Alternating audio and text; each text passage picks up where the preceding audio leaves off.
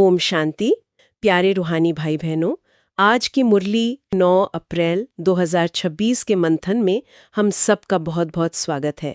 मैं सोच रही थी कि क्या हमने कभी इस बात पर गौर किया है कि जब हम भगवान को बहुत ही गहरी श्रद्धा के साथ ईश्वर या प्रभु कहते हैं तो कहीं ना कहीं अनजाने में ही हम खुद को उनसे बहुत दूर कर लेते हैं। ओम शांति जी, ये बहुत ही गहरा सवाल है। एक ऐसी दूरी, मतलब जहां डर तो हो सकता है लेकिन अपनापन नहीं होता। और हम सब कितने सौभाग्यशाली हैं जो हमें ईश्वरीय परिवार के रूप में एक साथ बैठकर शिव बाबा के इन मधुर महावाक्यों की गहराई में उतरने का ये सुंदर अवसर मिला है। बिल्कुल। और आज का ये मंथन न केवल कुछ आध्यात्मिक तथ्यों को सुनने का प्रयास नहीं है, मैं तो यही महसूस करती हूँ कि आइए हम सभी अपने मस्तक के बीच चमकती हुई एक दिव्य मणि, एक अत्यंत शांत स्वरूप आत्मा के रूप में स्वयं को महसूस करें। हाँ, क्योंकि आज हम बाबा के शब्दों को केवल बुद्धि से नहीं परखेंगे बल्कि उन्हें दिल की गहराई में महसूस करेंगे। तो चलिए इस रूहानी यात्रा में बहुत ही आराम से एक एक विचार को आत्मसात करते हुए आगे बढ़ते हैं। जी, ये शांति की अनुभूति तो वो पुल है ना जो हमें उस परम पिता से जोड़ता है।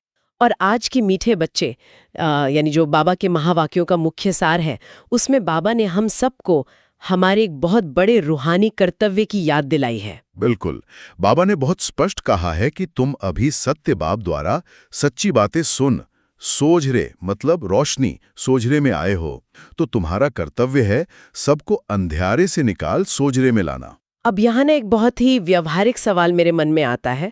हम दूसरों को रोशनी देना तो चाहते हैं, लेकिन कई बार रोजमर्रा की चुनौतियों में हमारी खुद की बैटरी ही डाउन महसूस होती है।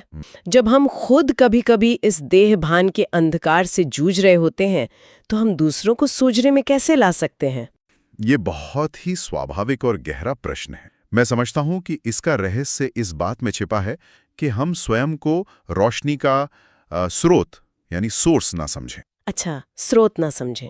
हाँ, क्योंकि जब हम सोचते हैं कि मुझे रोशनी देनी है, तो हम अपनी सीमित शारीरिक या मानसिक ऊर्जा का प्रयोग कर रहे होते हैं, और वो ऊर्जा तो कभी ना कभी खत्म हो ही जाएगी ना। जी, ये तो है, हम बहुत जल्दी थक जाते हैं। बिल्कुल, लेकिन बाबा कहते हैं कि तुम सत्य बाप द्वारा रोशनी में आए हो। शिव बाबा वो पावर हाउस हैं, वो अनंत ऊर्जा का स्रोत हैं। हमें केवल एक पारदर्शी माध्यम, एक मीडियम बनना है।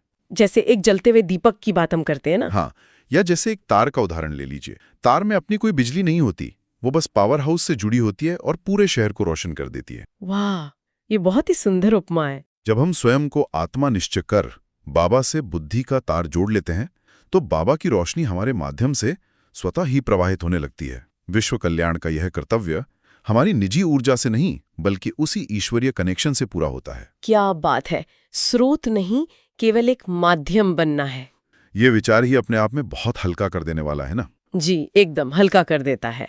इसी कनेक्शन और रोशनी को बनाए रखने की विधि के बारे में बाबा ने आज के प्रश्नोत्तर में बहुत ही स्पष्ट दिशा निर्देश दिया है। हाँ, बाबा ने प्रश्न में पूछा था कि ज्ञान सुनाते समय कौन सी बात याद रखनी है, और बाबा ने उत्तर में कहा कि मुख से बार बार बाबा बाबा कहते रहो। इससे अपनापन यानी अहंकार समाप्त होता है और वर्षा याद रहता है। बिल्कुल, ये मनोवैज्ञानिक और रूहानी दोनों ही स्तरों पर मुझे बहुत सोचने पर मजबूर करता है।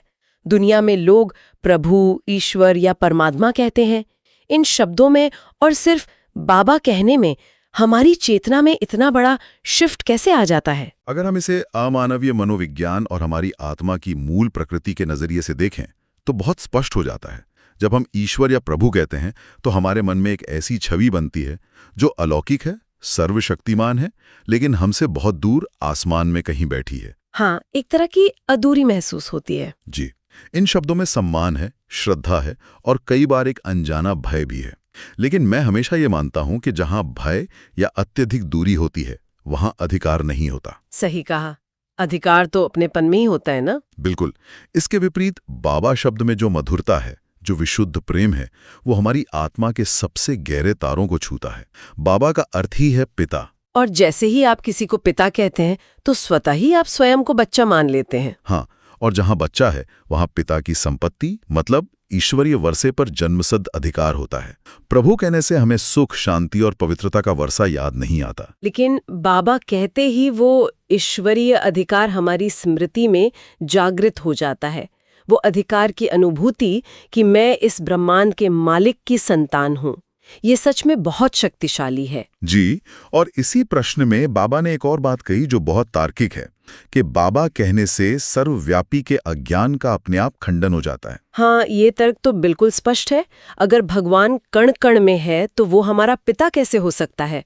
पिता तो वो है जिससे हम जन्म लेते हैं और वर्षा लेते हैं। बिल्कुल, अगर वो सब में है तो वर्षा कौन किसको देगा? यही तो। लेकिन मेरा सवाल ये है कि अगर ये इतना ही अतार्किक है तो फिर इंसान सदियों से इस सर्वव्यापी के विचार को क्यों मानता आ रहा है? ये अज्ञान इतना गहरा कैसे हो गया? इस अज्ञान की जड़ें उस बेहद के समय चक्र में छिपी हैं जिसे आज बाबा ने बहुत विस्तार से समझाया है। आज बाबा ने एक गीत का जिक्र किया, आज अंधेरे में है इंसान। इसके संदर्भ में उन्होंने बेहद के दिन और बेहद की रात का रहस्य खोला है। जी, हम तो 12 घंटे की रात को ही अंधकार समझते हैं ना, जहां केवल भौतिक चीजें दिखाई नहीं देती। हाँ, लेकिन बाबा हमें बताते हैं कि द्वापर और कलयुग, ये आधा कल्प ब्रह्मा की बेहद की रात है। ये रात भौतिक नहीं है, ये चेतना की रात है। मतलब एक तरह की रूहानी नींद। जी, ये स्मृति लोप या एमनेशिया की रात है। इस बेहद की रात में आत्मा ये भूल जाती है कि वो एक पवित्र ज्योति बिंदु है और वो खुद को शरीर मान बैठती है। और जब आत्मा अपने असली स्वरूप को और अपने सत्य पिता दोनों को भूल जाती है तो वो एक गहरे खालीपन और दुख का अनुभव करती है। बिल्कुल, और उसी खालीपन को भरने के लिए, उसी भगवान को ढूंढने के लिए उसने हर चीज में, मतलब पत्थर, पेड़, जानवर, हर कण में भगवान को खोजना शुरू कर दिया। तो मतलब यही सर्वव्यापी का अज्ञान है। हाँ, जो वास्तव में आत्मा की अपने बिछड़े हुए पिता को पुकारने की एक भटकी हुई कोशिश मात्र है। ये नजरिया तो पूरी मानव इतिहास को देखने का तरीका ही बदल देता है। हम पिछले 2500 सालों के इतिहास को, जिसमें युद्ध है, भटकाव है, पीड़ा है, उसे ही मनुष्य का असली स्वभाव मान बैठे हैं, जबकि असल में हम केवल मानवता की रात का अध्ययन कर रहे हैं। सोचिए, अगर किसी ने जंगल को केवल घने अंधेरे में ही देखा हो तो वो कभी जान ही नहीं पाएगा कि सूरज की रोशनी में वो जंगल कितना सुंदर दिखता है। बहुत ही सुंदर उदाहरण दिया आपने। और इसी अंधेरे में, इसी रात में भटकाव शुरू हुआ। भक्ति मार्ग की शुरुआत भी इसी अज्ञानता से हुई। आज बाबा ने एक बहुत ही सूक्ष्म अंतर स्पष्ट किया है ना, श्रीमद् भगवद गीता और सत्य राजयोग के बीच। जी। बाबा कहते हैं कि द्वापर युग में व्यास जी आदि ने गीता को एक स्टोरी, एक मनोमय कथा बना दिया, जी। जबकि सत्य राजयोग बाबा अभी प्रैक्टिकल में सिखा रहे हैं। ऐसा क्यों हुआ? मतलब गीता का इतना भौतिक रूप कैसे बन गया? मैं समझता हूँ कि जब आत्माओं की चेतना का स्तर गिरने लगा और उनकी दिव्य बुद्धि बंद हो गई तो वे संगम युग के इस सूक्ष्म रूहानी सत्य को सीधे तौर पर समझने में असमर्थ हो गईं। अच्छा, तो इसीलिए ऋषियों ने इस रूहानी महापरिवर्तन को युद्ध, रथ, घोड़े और हथियारों का भौतिक रूप दे दिया। बिल्कुल, लेकिन परमात्मा कभी हिंसा नहीं सिखाते। बाबा जो राजयोग हमें सिखा रहे हैं वो किसी बाहरी कुरुक्षेत्र का युद्ध नहीं है। हाँ, वो तो हमारे ही मन के भीतर, हमारे ही विकारों के खिलाफ एक रूहानी युद्ध है। एकदम सही, बाहरी कुरुक्षेत्र नहीं बल्कि मन का कुरुक्षेत्र। और इस रूहानी युद्ध में जो हमारा सबसे बड़ा दुश्मन है, जिसके बारे में बाबा बार बार आगाह करते हैं, वो है देह अभिमान। बाबा ने कहा ना, देह अभिमान है नंबर 1 दुश्मन। हाँ, बाबा कहते हैं अपने को आत्मा निश्चय नहीं करते, कह देते मैं फलाना हूँ। जैसे कोई कहता है मैं जज हूँ, मैं बॉस हूँ, ये तो शरीर के रोल है। इसे समझने के लिए हम अक्सर वो कॉस्ट्यूम यानी वेशभूषा वाला उदाहरण देते हैं ना। जी, कि एक नाटक में अगर कोई अभिनेता खुद को सच में वही भिखारी या राजा मान ले जिसका उसने कॉस्ट्यूम पहना है, तो वो पागलपन है। हाँ, थ्योरी में तो ये बात बहुत स्पष्ट लगती है, लेकिन जब मैं प्रैक्टिकल जीवन की बात सोचती हूँ, मान लीजिए ऑफिस में किसी ने हमारे पद या हमारे काम की आलोचना कर दी, तो हम तुरंत हर्ट हो जाते हैं। हम तुरंत रिएक्ट करते हैं। बिल्कुल। हाँ, उस एक सेकंड में ये मैं आत्मा हूँ कि स्मृति गायब क्यों हो जाती है? उस वक्त हम कैसे खुद को रोकें? यही तो इस रूहानी युद्ध की असली परीक्षा है। ऐसा इसलिए होता है क्योंकि हमने जन्म जन्मांतर से उस कॉस्ट्यूम को ही अपनी असली पहचान, अपनी आइडेंटिटी मान लिया है। तो जब कोई हमारे पद या काम की आलोचना करता है तो हमारा अवचेतन मन यानी सबकॉन्शियस माइंड सोचता है कि मेरे अस्तित्व पर हमला हुआ है। जी, इसीलिए हम बचाव में या डिफेंस में तुरंत रिएक्ट करते हैं। इसे रोकने का तरीका यह है कि हम मैं और मेरा के बीच के सूक्ष्म अंतर को अपने अवचेतन तक लेकर जाएं। मैं और मेरा का अंतर, इसे थोड़ा और गहराई से कैसे समझें? देखिए, मैं एक अविनाशी आत्मा हूं, प्रकृति के बीच चमकता हुआ एक सितारा, और मेरा ये शरीर है, मेरे ये रिश्ते हैं, मेरा ये पद है। अच्छा, तो जब कोई आलोचना करे तो भीतर ही भीतर एक सेकंड का पॉज लें और खुद से कहें कि उसने मुझे यानी आत्मा को कुछ नहीं कहा है। बिल्कुल, उसने बस इस कॉस्ट्यूम के परफॉर्मेंस पर टिप्पणी की है।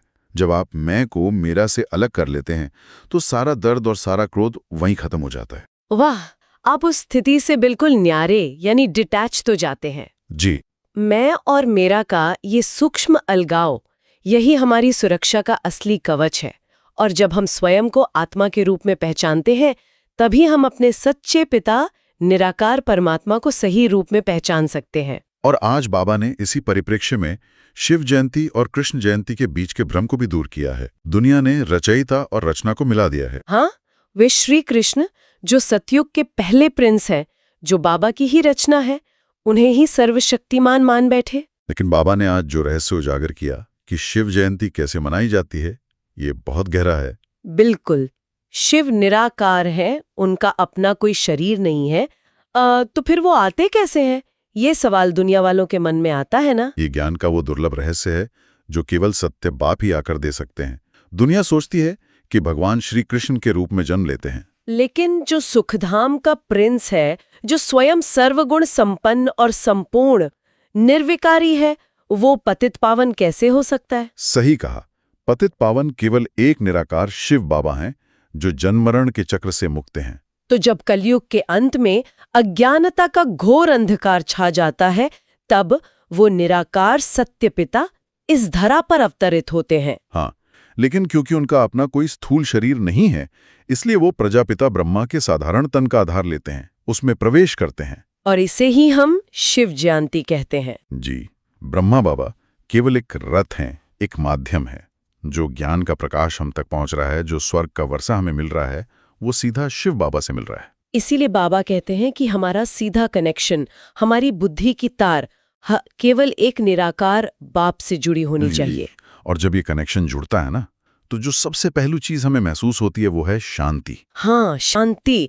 बाबा ने आज बहुत ही मीठे शब्दों में कहा कि हम दुनिया में चिल्लाते हैं, हे शांति देवा, हम शांति को बाहर ढूंढते हैं। जबकि बाबा हमें याद दिलाते हैं कि शांति तो तुम्हारा स्वधर्म है, शांति तो तुम्हारे गले का हार है। बाबा ने एक बहुत ही गहरी बात कही कि हम सुखधाम यानी स्वर्ग में कभी भगवान को नहीं पुकारते, हम केवल दुख में पुकारते हैं। जी, ये बिल्कुल वैसे ही है जैसे कस्तूरी मृग अपनी ही नाभि में मौजूद सुगंध को ढूंढने के लिए पूरे जंगल में पागलों की तरह भटकता है। आहा, क्या सटीक उदाहरण दिया आपने।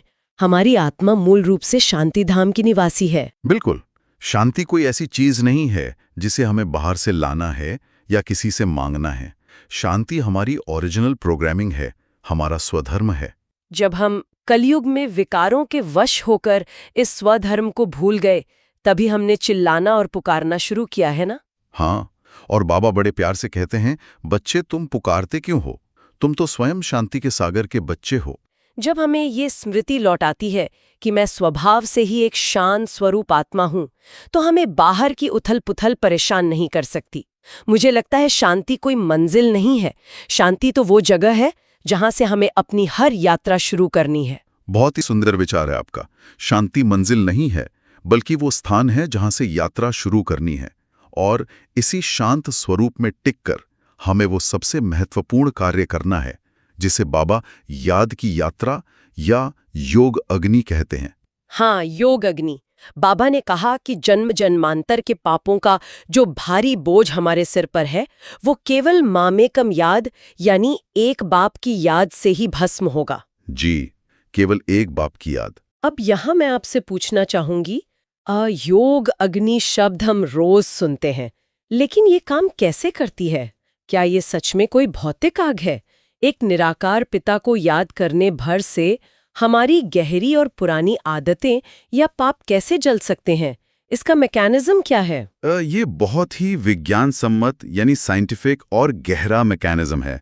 इसे ऐसे समझें कि हमारे पाप या पुराने संस्कार असल में क्या हैं। वो हमारी आदतें हैं? हाँ, ये हमारी आत्मा में या हमारे मस्तिष्क के न्यूरल पाथवेज में रिकॉर्ड हुए गहरे दर्द, डर, काम, क्रोध और नकारात्मक आदतों के पैटर्न्स हैं। अच्छा, पैटर्न्स हैं। जी, और ये पैटर्न्स हमारी ही ऊर्जा से जिंदा रहते हैं। हम जितना देह और देह के संबंधों में उलझते हैं, ये उतने ही मजबूत होते हैं। तो जब हम अपना ध्यान दुनियावी बातों से हटाकर पूरी एकाग्रता के साथ उस परम पवित्र शिव बाबा पर लगाते हैं तो क्या होता है? उन पुराने तमोगुणी पैटर्न्स को हमारी ऊर्जा की सप्लाई बंद कर देती है। मतलब हम उन्हें फीड करना बंद कर देते हैं। बिल्कुल, ऊर्जा के अभाव में या स्टार्वेशन में वे पुरानी आदतें, वे दर्द के लूप्स टूटने लगते हैं। विज्ञान इसे न्यूरोप्लास्टिसिटी या रास्तों का पुनर्निर्माण कह सकता है। और रूहानियत में हम इसे योग अग्नि में पापों का भस्म होना कहते हैं। जी, जब तक बुद्धि की तार भौतिक संसार से टूटेगी नहीं, तब तक ये अग्नि प्रज्वलित नहीं हो सकती। इसीलिए बाबा बार बार मामे कम यानी केवल एक मेरी याद पर जोर देते हैं। वाह, मतलब पुराने नकारात्मक पैटर्न्स को ऊर्जा देना बंद करना और शिव बाबा की शुद्ध ऊर्जा से नए पैटर्न्स बनाना, यही योग अग्नि है। एकदम सही समझा आपने।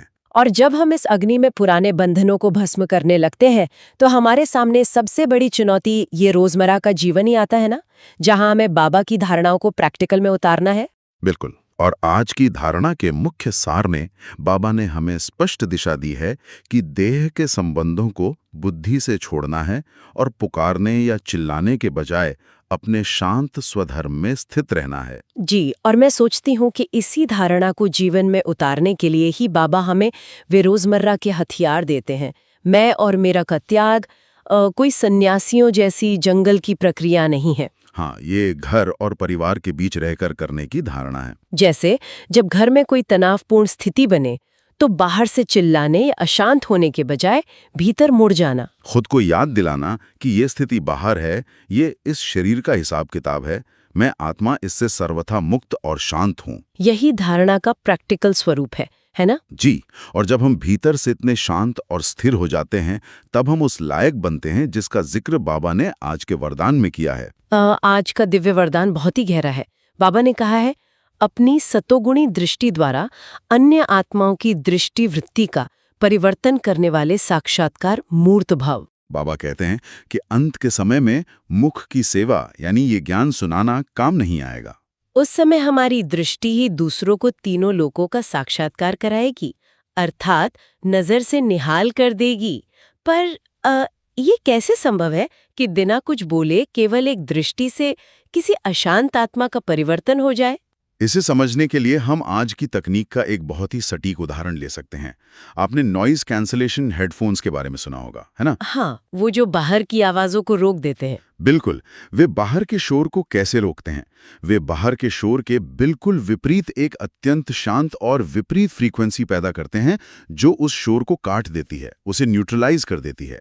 अच्छा, तो ये ऐसे काम करता है? जी, अब सोचिए, अंत के समय में आत्माएं इतनी तमोगुणी, दुखी और अशांत होंगी कि उनकी बुद्धि ज्ञान के शब्द सुन या समझ ही नहीं पाएगी। उनका शोर बहुत ज्यादा होगा। हाँ, आज भी हम देखते हैं कि जब कोई बहुत गुस्से में होता है तो वो कोई बात नहीं समझ पाता। बिल्कुल, और उस समय आपकी सतोगुणी दृष्टि काम आएगी। जब आप भीतर से सत्यता और पवित्रता में लवलीन होंगे, तो आपकी आंखों से शांति और पवित्रता की जो किरणें, जो वाइब्रेशंस निकलेंगी, वे उस नॉइज कैंसलेशन की तरह काम करेंगी। वाह, तो जैसे ही वो अशांत आत्मा हमारे सामने आएगी, हमारी वो पावरफुल शांत फ्रीक्वेंसी उसके अंदर के तूफान और क्रोध को तुरंत शांत कर देगी। जी, उसे महसूस होगा जैसे किसी दैवी शक्ति ने उसके दुखों पर मरहम लगा दिया हो। इसी रूहानी शक्ति को साक्षात्कार, मूर्त बनना या नजर से निहाल करना कहा गया है। हाँ, ये कोई जादू नहीं है, ये हमारी निरंतर तपस्या और पवित्रता की शक्ति का परिणाम है। नॉइज कैंसिलेशन की तरह दूसरों के मानसिक शोर को शांत कर देना, ये सचमुच बहुत शक्तिशाली उपमा है। और इस शक्ति का आधार क्या है, ये आज के स्लोगन में बहुत सुंदरता से पिरोया गया है। जी, आज का स्लोगन क्या है? स्लोगन है, पवित्रता का प्रैक्टिकल स्वरूप सत्यता अर्थात दिव्यता है। बहुत सुंदर। जब मैं इस स्लोगन को देखती हूँ तो स्पष्ट होता है कि जब हमारे भीतर ये सत्यता होगी कि मैं एक ज्योति बिंदु आत्मा हूँ और बाबा मेरा है, तभी हमारे आचरण में दिव्यता आएगी। जी। सत्यता के बिना अपवित्रता केवल एक दिखावा मात्र रह जाती है। सत्य का आपने, पवित्रता केवल शारीरिक नियमों तक सीमित नहीं है। सत्यता का अर्थ है संकल्पों की पूर्ण स्पष्टता, जहां मैं कौन हूं और मेरा कौन है, इसमें रत्ती भर भी मिलावट या संदेह न हो। और जब ये सत्य हमारी चेतना में गहराई तक उतर जाता है तो हमारे हर बोल, हर कर्म और हमारी दृष्टि में एक ईश्वरीय दिव्यता झलकने लगती है। और यही दिव्यता दूसरों के लिए परिवर्तन का कारण बनती है। जी, और इस दिव्यता को धारण करने के लिए अव्यक्त बाप दादा के जो सूक्ष्म इशारे हैं, वे हमें बहुत ही प्यारा और व्यवहारिक मार्गदर्शन देते हैं। आज अव्यक्त इशारे में बाबा ने कहा है कि महान बनने के लिए मधुरता और नम्रता का गुण धारण करो। हाँ, बाबा ने एक बहुत ही गहरी बात कही कि झुकना अर्थात झुकाना। जो सच्चे सेवाधारी होते हैं वो जब सभी के आगे झुकेंगे तब सेवा कर सकेंगे। पर दुनियावी नजरिए से देखें तो झुकने को कमजोरी माना जाता है ना। लोग सोचते हैं कि जो झुक गया वो हार गया। फिर रूहानियत में ये महानता कैसे है?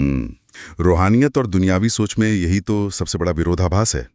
मैं देखता हूं कि दुनिया में अहंकार को शक्ति माना जाता है, जबकि रूहानियत में अहंकार सबसे बड़ी कमजोरी है। हाँ, यहाँ झुकने का अर्थ किसी के अन्याय के आगे दबना या अपनी आत्मग्लानि करना तो नहीं है। बिल्कुल नहीं। यहाँ झुकने का अर्थ है अपने मैंपन और देह अभिमान का समर्पण कर देना। जैसे एक फलदार वृक्ष जब फलों से लद जाता है तो स्वतः ही झुक जाता है। वो उसका हारना नहीं, उसकी संपन्नता का प्रतीक है। एकदम सही। मनोविज्ञान भी यही कहता है कि जब आप किसी के सामने अहंकार के साथ खड़े होते हैं तो सामने वाले का अहंकार भी बचाव में खड़ा हो जाता है। हाँ, वो भी डिफेंसिव हो जाता है। लेकिन जब आप नम्रता और मधुरता के साथ झुकते हैं, अर्थात दूसरों को सम्मान देते हैं, उनके विचारों को जगह देते हैं, तो आप असल में सामने वाले के अहंकार को निहत्था कर देते हैं, उसे डिसार्म कर देते हैं। आपका ये दैवीय गुण उनके दिल को छूता है और वे आपके स्नेह के आगे स्वतः ही झुक जाते हैं। इसीलिए बाबा कहते हैं झुकना अर्थात झुकाना। सेवा अधिकार जताने से या बौद्धिक बहस से नहीं होती। सेवा नम्रता से, दिल जीतने से होती है। ये एक ऐसा मंत्र है जिसे हमें अपने हर रिश्ते में उतार लेना चाहिए, है ना? बिल्कुल। प्यारे ईश्वरीय परिवार, आज के इस असीम और गहरे मंथन से हमने जो भी जो भी रूहानी रोशनी प्राप्त की है, आइए अब उसे अपने अंतर मन में पूरी तरह से स्थिर करें। जी, हम आज की मुरली से निकाली गई कुछ मुख्य स्वमानों का अभ्यास करेंगे। आप सभी जहां भी हैं, एक पल के लिए अपनी शारीरिक आंखों को रिलैक्स करें। स्वयं को भ्रिकुटी के बीच एक चमकता हुआ शांत सितारा महसूस करें और इन विचारों की कंपन को, इन वाइब्रेशंस को अपने पूरे वजूद में फैलने दें। मैं शांत स्वरूप आत्मा हूं। शांति बाहर नहीं, शांति मेरे गले का हार है। मैं साक्षात्कार मूर्त हूँ। मेरी सतोगुणी और शांत दृष्टि विश्व की अशांत आत्माओं को निहाल कर रही है। मैं सत्यता और दिव्यता से संपन्न शिव बाबा की एक अति पवित्र आत्मा हूँ। मैं नम्रता और मधुरता के गुणों से सजी हुई एक सच्ची और निमित्त सेवाधारी आत्मा हूँ। इन रूहानी सोमानों की ऊर्जा को अपने चारों ओर एक अभेद्य सुरक्षा कवच की तरह महसूस करें। आज का ये मंथन कितना गहरा और जागृत करने वाला रहा। अज्ञानता की बेहद की रात के अंधकार से निकलकर स्वयं को उस कॉस्ट्यूम के मोह से मुक्त करना और योग अग्नि द्वारा अपने पुराने संस्कारों को भस्म कर सत्यता को धारण करना। जाने से पहले हम सभी इस एक बात पर जरूर विचार करें कि यदि झुकने का अर्थ हारना नहीं बल्कि फलों से लदा होना है, तो आज हमारे जीवन में, हमारे परिवार या कार्य क्षेत्र में ऐसा कौन सा रिश्ता है जहां हमारा सूक्ष्म अहंकार हमें झुकने नहीं दे रहा? क्या आज हम केवल अपनी मधुरता और नम्रता से वहां झुककर उस रिश्ते को और उस आत्मा के दिल को जीत सकते हैं? यही नम्रता और रोशनी फैलाना हमारी सच्ची ईश्वरीय सेवा है। जी बिल्कुल। अगर आज की मुरली से आपको कोई विशेष प्रेरणा या स्वमान का अनुभव मिला हो तो उसे अपने जीवन में धारण करें और दूसरों को भी प्रेरित करें। अपने विचार या अनुभव कमेंट में साझा करें ताकि अन्य आत्माओं को भी शक्ति मिले। याद रखें, हर शुभ संकल्प ही विश्व कल्याण की सेवा है। ओम शांति।